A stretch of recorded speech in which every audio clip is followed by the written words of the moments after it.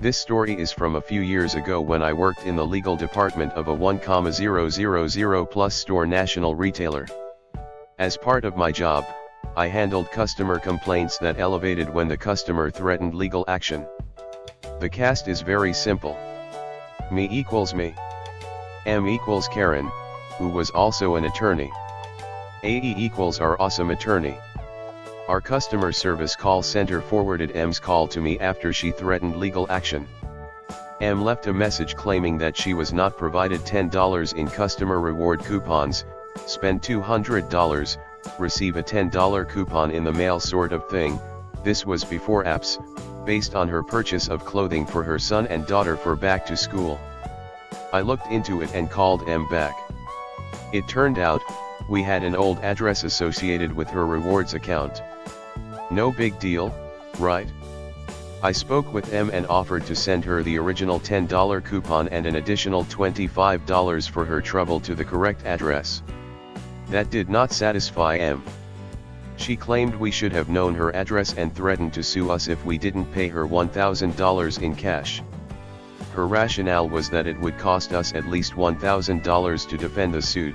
She was in a state in which our company did not have any offices, so we should just pay it to her.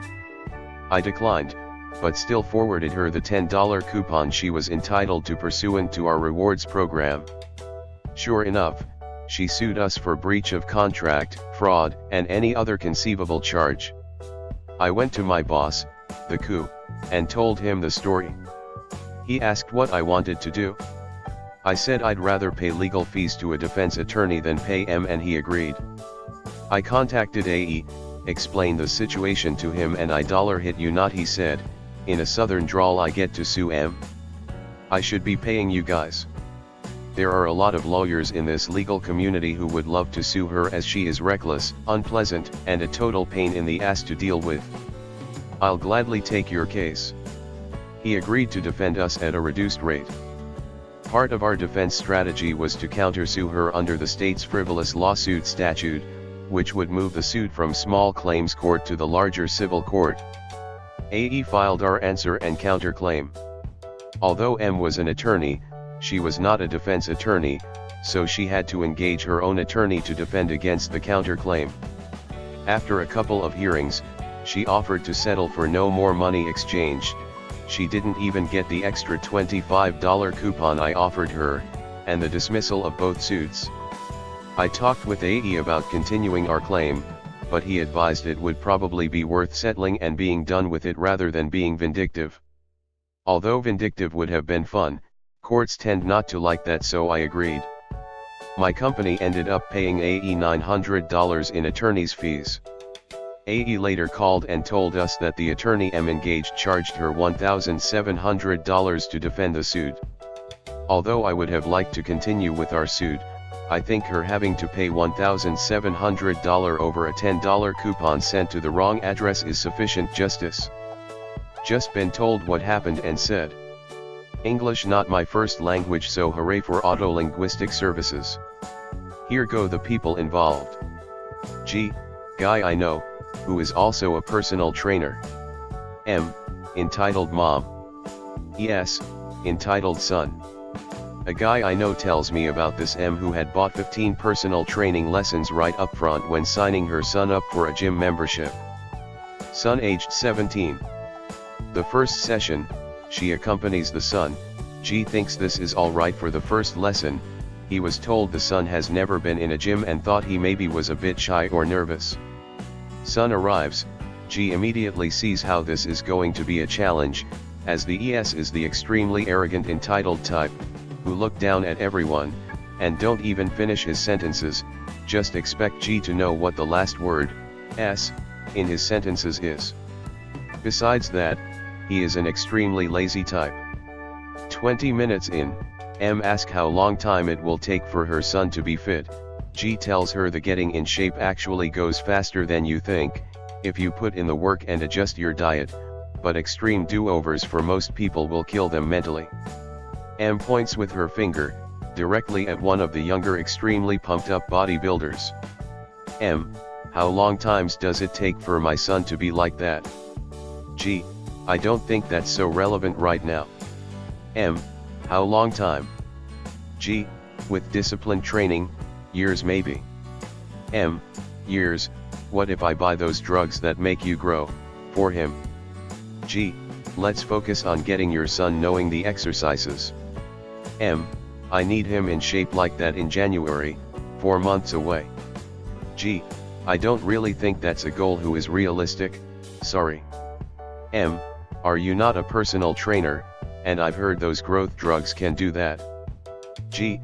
It's not my job to talk about such stuff, let us get on with the next exercise. M. Get extremely negative after that, coming with remarks like it was G's job to get her son the growth drugs and stuff like that. Lesson 1 ends. A couple of days later it's lesson 2 and M again joins.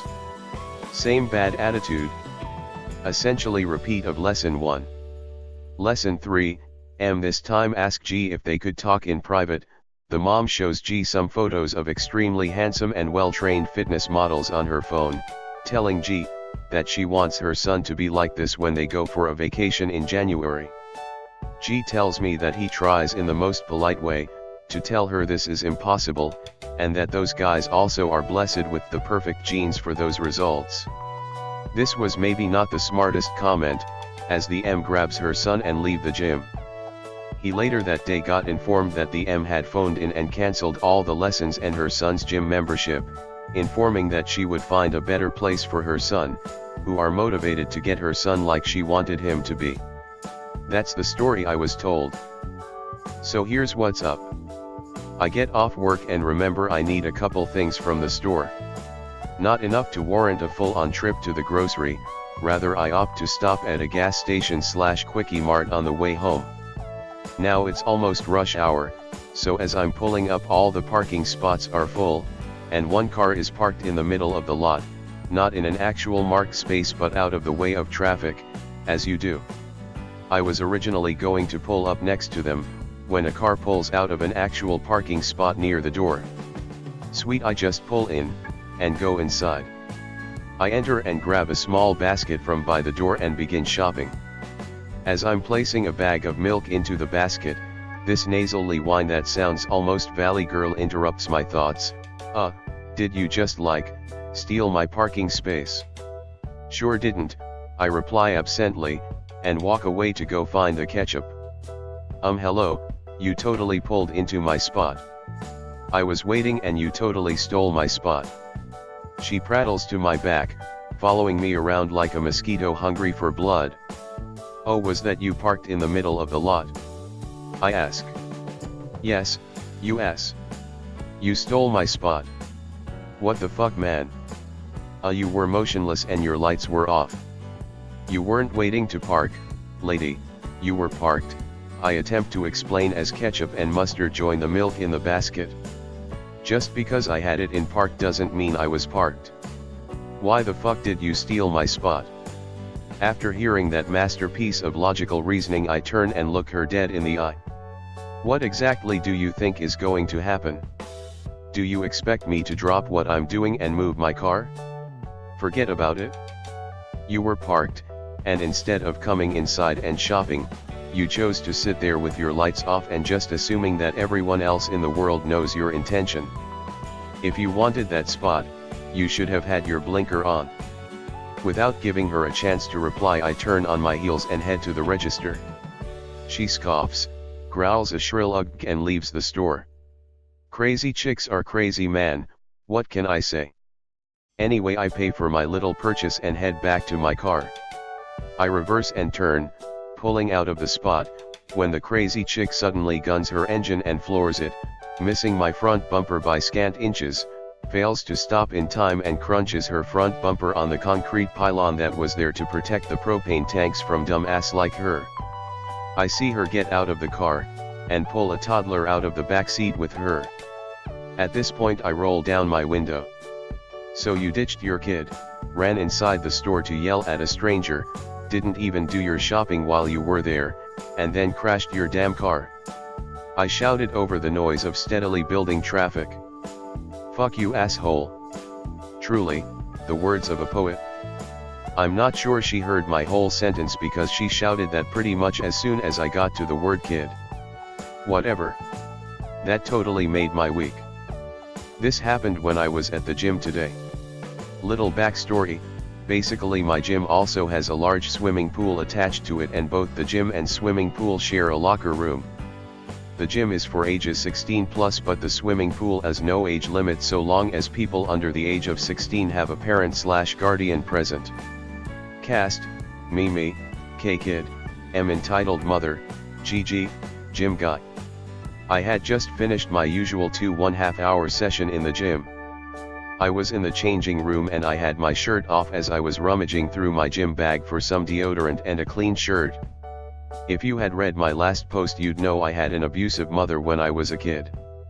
I've got a scar on my side from where my mom had hit me with a broken bottle while I was trying to protect my sister. This was nearly 11 years ago. While it's mostly faded, there is still a jagged line that is still visible, as it was quite a deep wound. I hear the door open and I see a middle-aged woman walk into the men's changing room. My first thought is perhaps she's made a mistake, but no. She just stands by the door, looking at a kid probably around 13 to 14 years old. The kid looks like he's about to die of embarrassment. "K, Mom, just go. I'll be out when I'm ready." "M, no darling, I don't trust these places. They can be dangerous men lurking here. God only knows why your father lets you come here."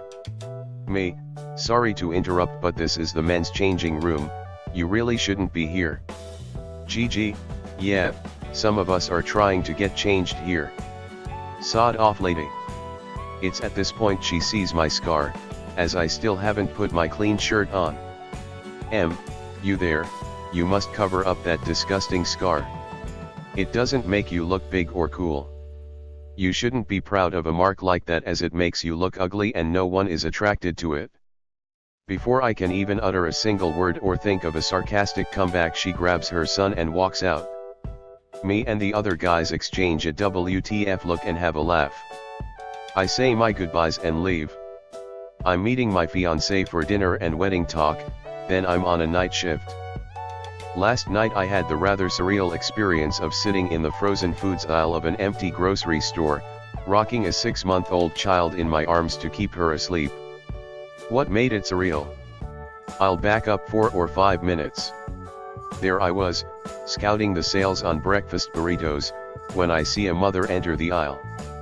30, maybe, and definitely sleep deprived, judging by the child she's carrying in a sling and how she's stumbling along. She looks at me with slack, tired eyes.